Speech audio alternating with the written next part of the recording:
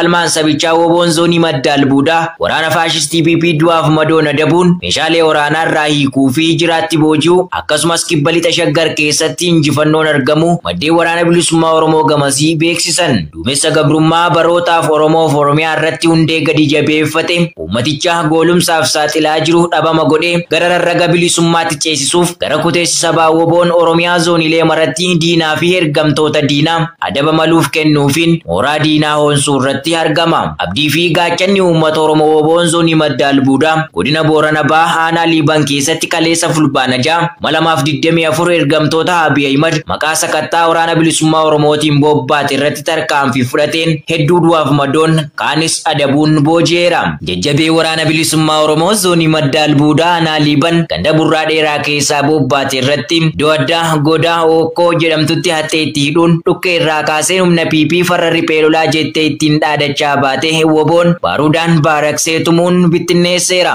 Tarkaanfii ilaalessaa kanaanis loltoota faashistii PP 35 ol du'an yoo adabu 20 ol ammoo madoo taasisuun 8 booji'ee injifannoo cululuqaa galmeesseera. Gama meeshaatiin qawwee AKM 30, bireenii 3, rasaasa AKM fi PKM hedduu akkasumas boombiilee fi uffataalee waraanaa irraa hiikuun mooraa qabsoo bilisummaa Oromootiif oolcheera. Tarkaanfii woboon fudhate kanaanis mooraan diinaa raafamaa yoo jiru lagannaan gabaa fi uggurri geejjibaa eerroo waamamee godinichatti jabaachuun barameera. Akkasuma guyyaa kaleessaa kana fulbaana 2024 kibba lixa shaggar aanaa Bachoo keessatti waraanni weerartuu PP paatroolii tokkoon daandii sakattaana jechuun baate irratti gooticha hatteetti hidhuun kaabinoota 2 fi waraana PP 2 geggeessaa galaa hin qabneen ol ergee jira. Tarkaanfiin amma uummanni Oromoo hiree mataa isaa murteeffatutti woboon fudhatu jabaatee itti fufa. Injifannoon uummata Oromoo.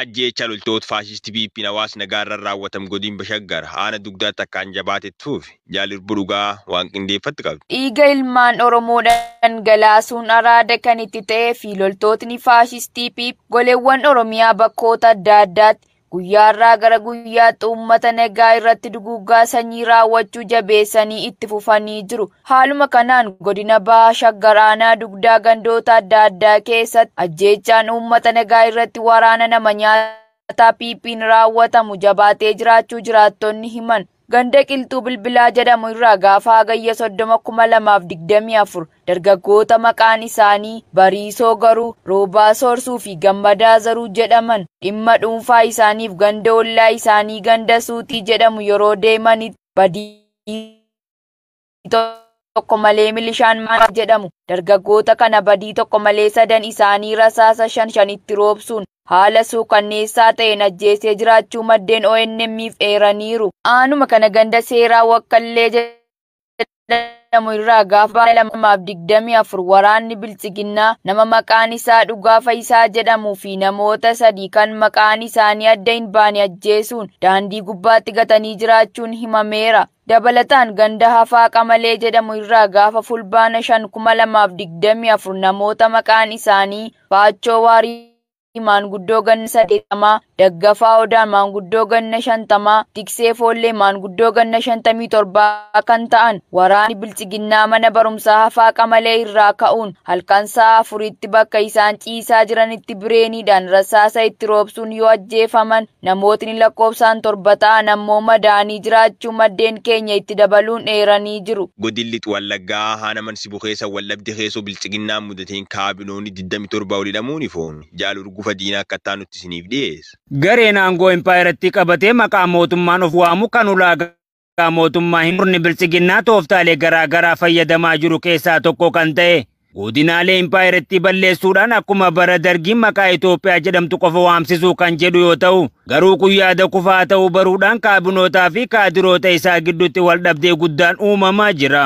Haaluma kanaan tibba kana godina Wallagga lixaa aanaa Manasibuu gandoota baadiyyaa mara irratti Yaasaa gandaa deebisuu qabdu yaada jedhu kaabinoota olaanoo PP irraa ajaja darbe. Kaadiroonni aanichaa sababa yaada kana kufaa taasisaniif jecha wal dhabdeen isaan gidduutti uumamee wal qabate. Kaabinoonni biltsiginnaa 27 ol hidhamuu iccitiin keessoo isaaniitii bee ni mul'isa.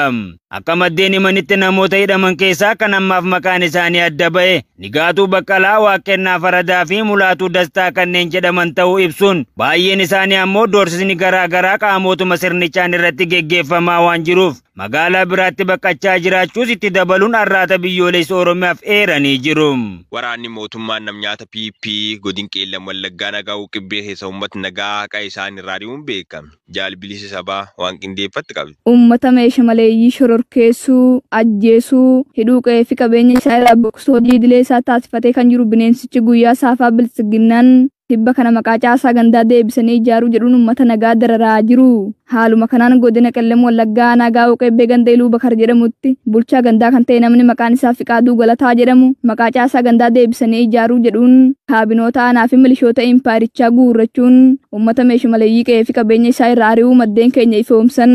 Akka maddeen himanitti uummanni caasaa gandaa ijaaruu waan jedhamu kan akka hin fudhanne yoo beeksisu akkamitti hin fudhatan jechuudhaan yoo doorsisan sababa kanaaf jecha hawaasa maqaa waraana bilisummaa Oromoo deeggartuuf isaantu mormaa jedhe waan jedhuun qe'ee fi qabeenya isaa irraa erga bosonatti ari'anii bubbuluu arraata biyyoolessa Oromiyaatti himaniiru. Godilli Shaggar magaalaan boololtoonni faashisti PP hawaasa nagaadhaa guuruu cimsanitti fufan jaalmoo sababa bal'inni isaa akka taanutti isiniif dhiyeessa. Oromummaa yakka godhatanii kan hojjetan loltoonni bilxiginnaa goleewwan Oromiyaa cufa keessatti bobbaafamuun ilmaan Oromoo hidhuu, saamuu, ajjeesuu fi qe'ee fi qabeenya isaa jalaa barbadeessuu cimsanii itti fufanii jiru.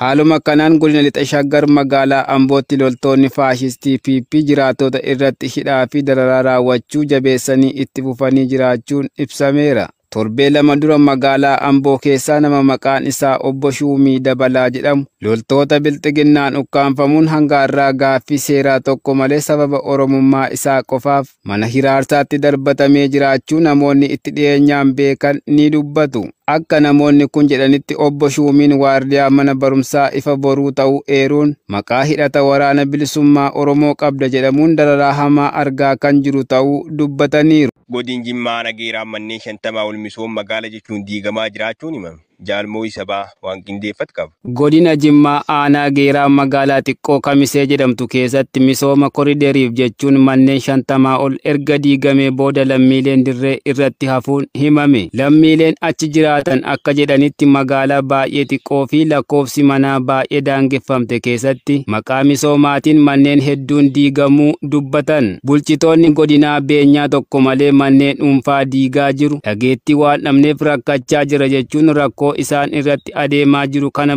balaaleffatan. Naannawaa sanatti manneen diiguun erga eegalame torbee tokko ol akka ta'e kan beekamu yoo ta'u hanga ammaatti manneen 50 ol diigamaniiru. Kana keessaa manneen 27 dukkana xixiqqoo fi manneen tajaajila nyaataa akka ta'antu himama. Jiraattota magaalaa xiqqoo waan taaneef yoo iyyannullee baay'ee hin dhaga'amu. Sagalee keenya ukkaamsanii jiru. Qaama itti iyyannus hin qabnu. Beenyaa tokko malee tasa manaa gadi nu yaasanii diigan. Kun ammoo haamilee keenya tuqeera jechuun himu. Misooma koriderii magaalaa Finfinneetti hojiirra oolaa jiru hordofuun magaalonni fi gandoonni naannolee hedduunis hojii magaalaa bareedaa Smart City jechuun jiraattota magaalaa irratti miidhaas gaggeessaa akka jiran ni beekama. Sochii kanaan walqabateen namoonni hedduun bakki jireenyaa, hojii, barnootaa fi amantiin isaanii diigamuu yeroo dubbatanis ni dhaga'ama. Wallaggaan Asaasigaa keessatti ergamtoonni mun PP namoota nagaa ajjeesuu, saamuuf gubaati manneen uummata irra jabeessanii jiraachuun dhaga'ame.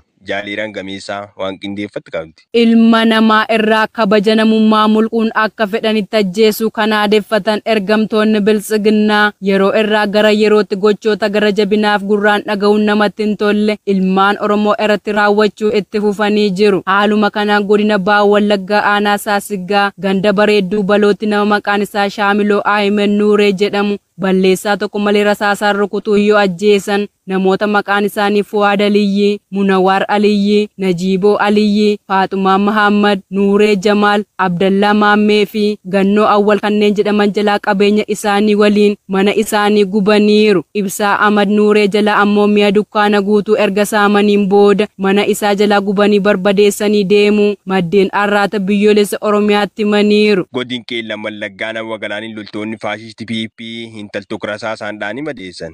guutuu gabaas kan akka taanutti isiniif dhiyeessine. Waraanni faashist PP hajaj koloonela biyya madirra fudhatanii dhiiraaf dubartii dargaggoof shamarran xiqqaaf guddaa beekaaf wallaala osoo hin jenne abbumitti dhaqayyakkuun dararaamaa ilmaan Oromoo irra raawwachaa jiru. Haalum kanaan gudiin qeellam wallaggaa haanawwa galaaniin loltoonni faashist PP intaltoo rasaasaan dhaanii madeessuun gandichi keessatti gochoota badii adda addaa raawwatanii jiru. Gandituu lama bakka adda diriira jedhamu waraanni maafe PP hunguyya kaleessa jechuun fuulbanja 224 intal maqaan isii hundattuu liiqaa jedham sabab tokko malee rasaas itti dhukaasuun madulfaata irraan gaanii jiraachuu maddeen irraatti biyyoolessa Oromiyaa feeran akka maddeen jedhanii shamarreen kun nam siyaasa kamirraayyuu bilistaat jechuun beekna garuu loltoonni kunneen sabab isaan itti dhukaasaniif namaan galu booda kan ammoo namoonni nagaan siyaasa keessa qoodiin qabu qaamirru taas jirus jedhan intalti tunis yeroo ammaa yaalamaa akka jirtuuf haalli fayyummasii garmalee yaaddessa ta'ullee dabaluun kan dubbata yoo ta'u aanichatti ergamtoonni sirnicha ilmaan Oromoo dararuuf duuba akka hin jin ta'u hawaasni nagaan subaayii akkamii raarfamaa jiraachuullee dubbatan murni bilchiginnaa gurmaa'is gandaam deemaa jiruun gandatti maatii qeerroo foraan bilisummaa Oromoo haanaalee guddicha keessa funaananii dhuuf qajeelfamni gad bu'ee jiraachuullee dabaluun ifoomsan. Garuu deesqiin biyya larraa arganne yoo dabara mormiin dhibbaa ol guutuu Faransaayii muummichi ministeera haaraa mormu gaggeeffame jaala caalu roobaa waan qindeeffate qaba. Kaadhimamaa Miisheel Barniyer muummicha ministeera haaraa ta'uuf kaadhimamuu isaaniitiin guutuu Faransaayitti namoonni kumaatamaan lakkaa'aman hiriira ba'aa jiru. Sanbata kaleessaa magaalota Paaris, Maarsee, Boordoo, Niisiif Leemans dabalatee mormiin 100 ol gaggeeffame. Hiriira kana kan waaman waldaa hojjetootaaf paartiilee siyaasaa yoo ta'u kaadhimamaa mataa isaanii muummicha ministeeraa ta'uuf kan dhiyeessan pirezidaantii Emaanu'eel Maakirooniin fudhatama dhabaniiru. Mariis isaan duraanii Biraazil gamtaa Awurooppaa kan turan Mister Barnier namoota siyaasaa waliin mootummaa ijaaruuf banaadha jedhan. Mormiin gara 130 ta'u kan gaggeeffamaa jiru yoo ta'u inni guddaan sanbata waaree booda giddugala Paaris irraa ka'eera. Hiriirtonni kunneenis dhaadannoowwan akka diimokiraasii aaluuf filannoo hatame kan jedhan fayyadaa jiru. Mister Barnier sanbata kaleessaa waaree booda hospitaala daa'immanii Paaris daawwachuudhaan kan dabarsan yoo ta'u barbaachisummaa tajaajila mootummaa kan ibsaniiru. Mootummaan isaanii garuu dinqii hojjechuuf akka hin deemne hojjetoota eegumsa fayyaatti himaniiru jechuun tamsaasni biyya keessaa gabaaseera. Dubbee mormii kanaan muummicha ministeera haaraan mootummaa haaraa ijaaruu irratti xiyyeeffate hojjechaa jira. Kantiibaan kan sooshaalistii Aanee Iidalqoo pirezidaantichi kana hojiif muummicha ministeera sooshaalistii duraanii Beernaand Kaazeneef ilaaluun isaanii garuu paartii ofii isaaniitiin akka didame akeekaniiru jechuun BBC'n gabaaseera.